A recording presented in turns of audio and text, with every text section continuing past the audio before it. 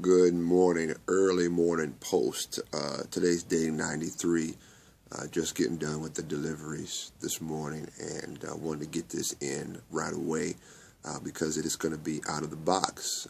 Literally, it's out of the box investment strategies. I was on my delivery route this morning and thinking about, unconventional, non-conventional things where people make some serious cash. And so, with that being said, let me go ahead and get right to it as we wind up for the day, but get out of this early morning post, okay? Once again, day 93. I got my notes in front of me, 4/3/2018. We're going to title this subject matter, Unconventional Investments, or something of that nature. Unconventional investments, where you can make some serious cash in an unconventional way. Now, what do I mean by that is this.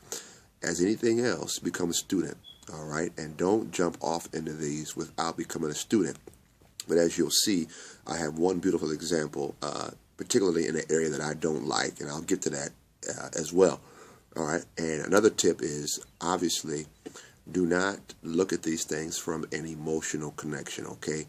When you're looking at creating wealth and creating income for yourself, particularly investing, all right, when you're investing, separate emotions, separate what you like, separate, quote unquote, your preferences, because it's about simply making money at this point in time. How do you take a dollar and turn that dollar into $70?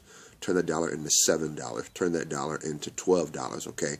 You want to turn that dollar into $30, turn that dollar into $60, turn that dollar into $100. So you want 100 to 1, 60 to 1, 30 to 1 ratio. This is what we're looking for. Nothing to do with how I feel. Simply, is it a good investment? And is it moral? Okay? And even that is pushing the envelope, because morality is relative depending on who you are as a person. So, day 93, unconventional investments. Where to put money at, that you can make some serious cash, okay? If you have the tutelage or the mentorship, talked about that last post, and patience, okay? So, two top ones, obviously. Always investing in self is the number one investment. Personal development, that's a infinite exponential return on investment. All right, I can't even put a number on it, and I'm not going to put a number on some of these, obviously, because that's not the point. The point is to give you 10, 15 areas that you need to think about as you live your life, come across things, okay? And then the second one is start your own business. All right, that is by far the best investment that you can make. So personal development, number one. Self-employment or starting your own business, number two. Now let's look at it. All right, gold.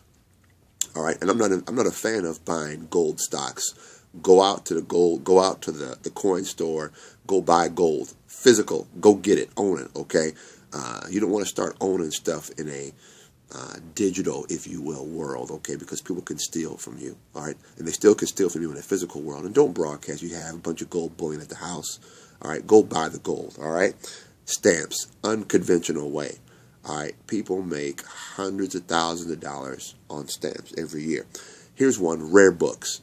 All right, and as I was putting this post together, I just randomly searched rare books. And here's an example, okay? Like I said before, I don't even like this type of book reading, nonfiction, but here's an example, okay? I got my notes here in front of me, all right? Look at Harry Potter series, all right? Harry Potter and the Philosopher's Stone, which appeared in England in 1997, in this first edition appeared 500 copies. Why? She didn't know it was going to be popular. The publisher company didn't know it was going to be popular, so they only printed up 500 copies. All right? Remember now, it's Harry Potter. 500 copies. Originally called The Philosopher's Stone.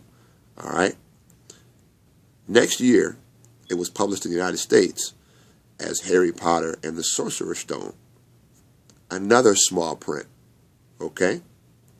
Now, in good condition today, one of those early copies, this is good, not great, in good condition today, would sell for $30,000 to $40,000. All right?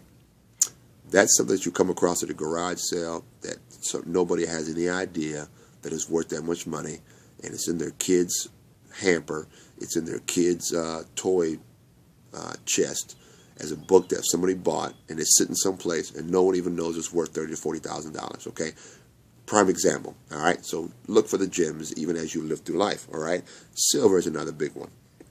Okay, coins, period. All right, non-gold, obviously, just collector's coins. All right, here's one: old masters paintings. I'll take it one step further. Paintings in general. All right. And don't just look for the master's paintings. Look for people who just starting out. And I bought a couple of them here and there to help people get started. But if I like it, I'll buy it. Because you never know in the future. Something cost me $10, $25. It could be worth $5,000, $6,000 in 10 years. And guess what? I liked it. All right. And now it's worth $5,000, $6,000, $7,000, $8,000. And guess what? You don't have to always sell them. You can always leverage them with the right people, right? Okay. We know diamonds is a big one. All right. Here's one. Since we live in the Midwest, FarmLand. All right. FarmLand is a huge one. Here's one which is interesting. Okay. Single-family homes on average. We're talking the last 30, 40, 50 years now. Wherever you do the research, you're always going to find different numbers. So let me go ahead and tell you that now. All right. But generally speaking, 9% is the average return on single family homes. But guess what? That's not what I teach. What do I teach? Cap return. Double digit cap returns, right? Why? Because you're always looking to buy low, buy in underserved neighborhoods, buy assets that people are trying to unload. And then we look for double-digit return. So my 12 to 13, 14, 15% stands against the average of 9%. All right? Now watch this. What's interesting. And inflation, depending on who you are, I am not an economist, but here's an example, all right? This particular research body gave me average inflation at 6.5%. Now, that doesn't sound too high, doesn't sound too low, but what's key is foreign currency is at 6%. Corporate bonds is on average 5%. Stocks on average is 3 to 4%. We're talking over 30, 40, 50, 60 return. Now, these are all snapshots, but the point is you want to make sure your investments are higher than inflation. You want to make sure that, you know what, don't do something because somebody told you to do it. Do the research. And what do I always teach? Become a student of whatever you're trying to do. So here's a short list of unconventional, non-conventional investments that you can put money in and flip money or put money in and hold until you want to get rid of it or pass the wealth on to your generation. So day 93, unconventional, non-conventional investments, okay, to flip your money, buy and hold strategies, right? Gold, stamps, rare books, silver, coins, non-gold, U.S., old masters paintings, diamonds, farmland, single-family homes, and then make sure you understand where inflation is, where you started, and where you want to end up. Look at projections. Of course, some people love corporate bonds. I'm not a big fan of that. Some people love stocks. I'm not a big fan of that either. Why? Because you can't control stocks and bonds, right? That's other people making decisions. So I prefer hard assets, things that I can actually study and learn how to flip and maneuver in. It's your man, Earl, day 93, 4/3/2018, unconventional investments. God bless you. We are out. Early morning post. I'm about to get some tea. Peace.